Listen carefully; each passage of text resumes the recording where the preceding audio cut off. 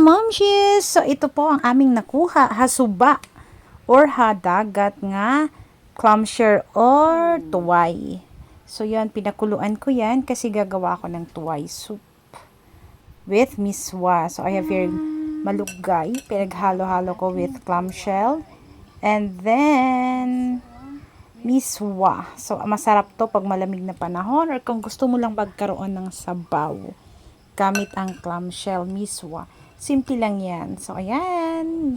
I-enjoy ko na yung aking niluto. Ginisa ko lang yan mga mamshis. Walang ano. Ginisa. Just asin.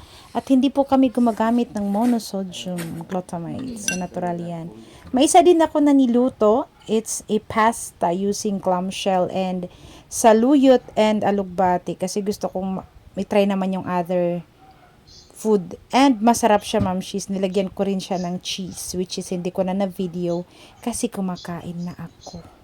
So, yun. Ang hirap palang mag-video, no? Ikaw na yung taga-video, ikaw pa yung artista. Bye!